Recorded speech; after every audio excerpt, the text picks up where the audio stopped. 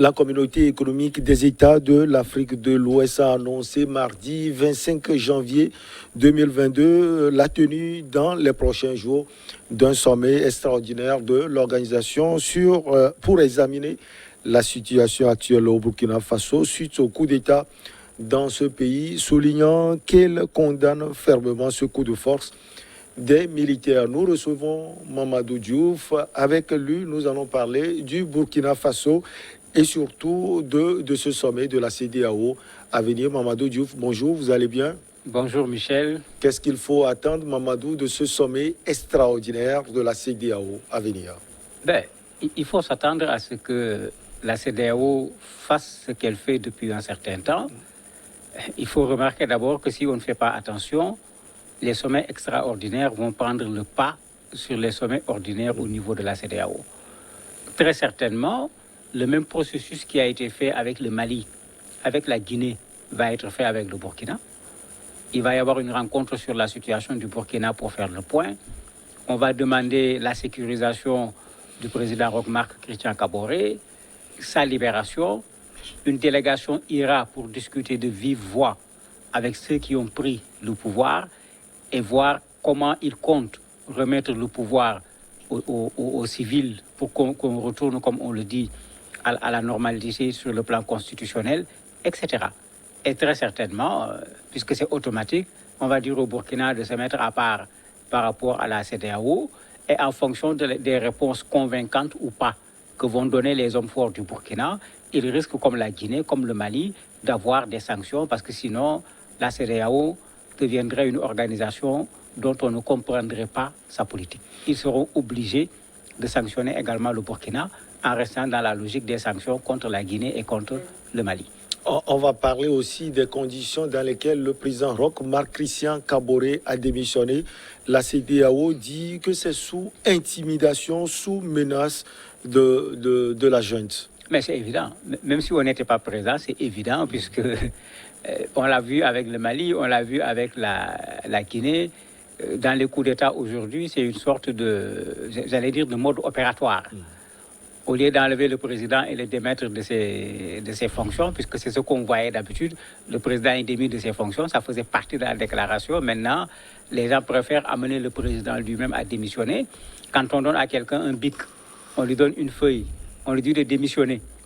Et très certainement, on conditionne cette démission avec un certain nombre de choses que Roch dira certainement plus tard. Ce n'est pas une démission. Maintenant, je ne sais pas, cette mise en scène ne change rien dans un coup d'État. Un coup d'État est un coup d'État avec ou sans la démission du président en exercice. Tout le monde sait comment un président en exercice démissionne. C'est écrit dans nos textes. Tout le monde sait à qui il doit remettre sa démission et tout le monde sait également quand le président démissionne, comment se fait immédiatement la succession du président de la République.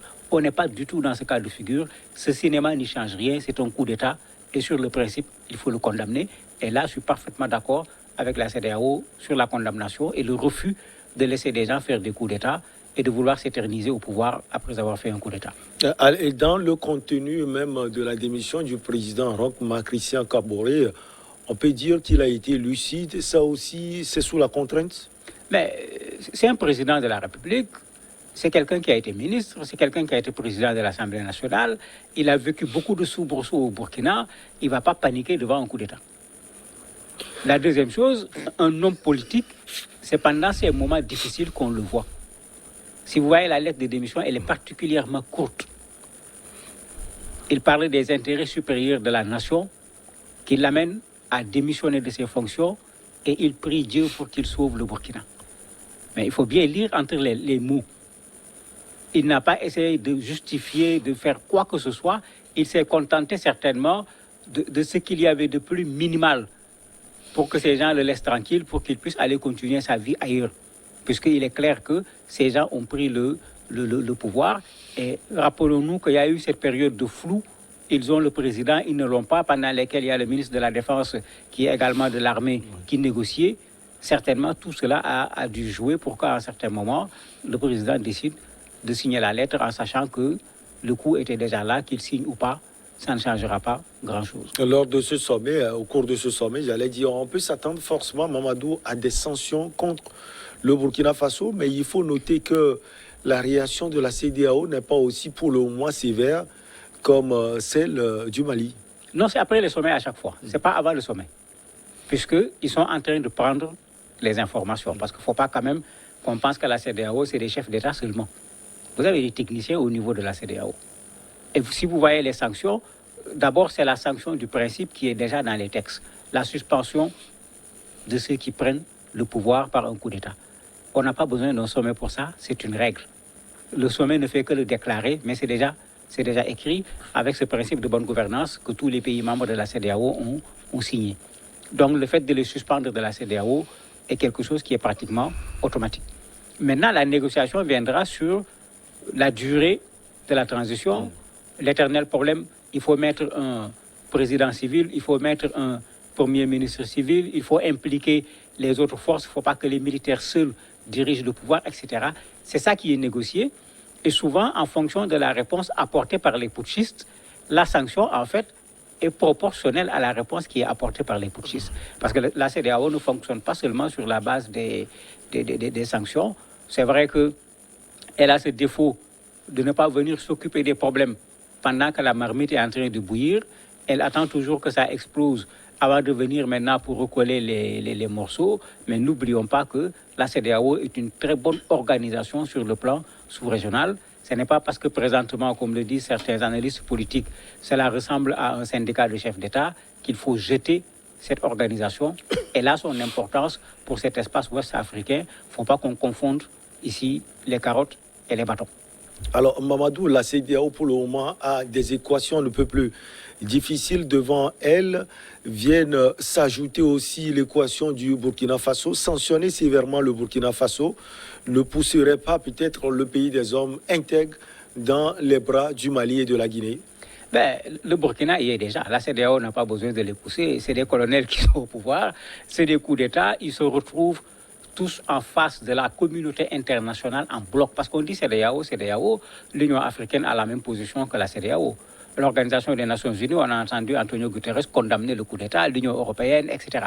Donc, il ne faut pas qu'on pense que c'est la CEDEAO seulement. C'est pourquoi j'ai dit, sur le côté coup d'État, il y a le principe qui est là, et le principe, c'est le refus de façon catégorique. C'est vrai qu'il y a quelques exceptions. Il y a le coup d'État d'Al-Sisi, il y a celui qui ne dit pas son nom au niveau du Tchad. Maintenant, la CEDEAO a effectivement des problèmes. Et ça devient sérieux, parce que sur moins de 2 ans, 3 coups d'État, bon, est-ce que ça devient une pandémie comme Covid est à la mode? La CEDEAO a un sérieux problème parce qu'il y a une sorte de retour vers les coups d'État. Est-ce que ce retour, la CEDEAO peut le bloquer à partir du Burkina pour que le processus inverse puisse revenir? Ou bien est-ce que la CEDEAO ne pourra pas le faire? Et c'est parti maintenant pour le printemps des coups d'État au niveau de l'Afrique de l'Ouest en particulier. Ça, c'est une grosse équation. Et la CEDEAO va devoir pas seulement statuer sur le cas du Burkina, mais statuer également sur qu'est-ce qui se passe pour qu'en 2 ans, qu'il y ait 3 coups d'État dans cet espace. Parce que s'arrêter à sanctionner le Burkina, ce n'est pas résoudre le problème de fond. S'il y a eu 3 coups d'État en 2 ans, mais cela veut dire qu'il y a quelque chose qui ne va pas du tout au niveau des pays, au niveau de membres de la CEDEAO. Et la CEDEAO doit avoir le courage de s'arrêter sur ce qui ne va pas. La meilleure façon de faire qu'il n'y ait pas d'autres coups d'État ailleurs, c'est de s'occuper de ce qui ne va pas. Maintenant, courir derrière les coups d'État et puis sanctionner, si la CEDEAO continue à le faire, elle perdra davantage sa crédibilité, d'autant plus qu'aujourd'hui, il y a ce sentiment anti-français, en particulier anti-intervention étrangère de façon générale. On accuse la CEDEAO d'être arrimée à la France. Si la CEDEAO ne fait pas attention, le rejet actuel de la France se transformera également en rejet de la CEDEAO. Sur les 3 pays, Mamadou, on a des situations différentes. Le Burkina Faso, c'est une situation sécuritaire, le Mali également. Mais pour la Guinée, Conakry, c'est le 3e mandat du président Alpha Condé qui a poussé Mamadi Doumbouya et ses amis au pouvoir. Oui, c'est pourquoi quand je vois certains comparer, dire c'est la même chose, je me demande est-ce qu'ils connaissent les faits.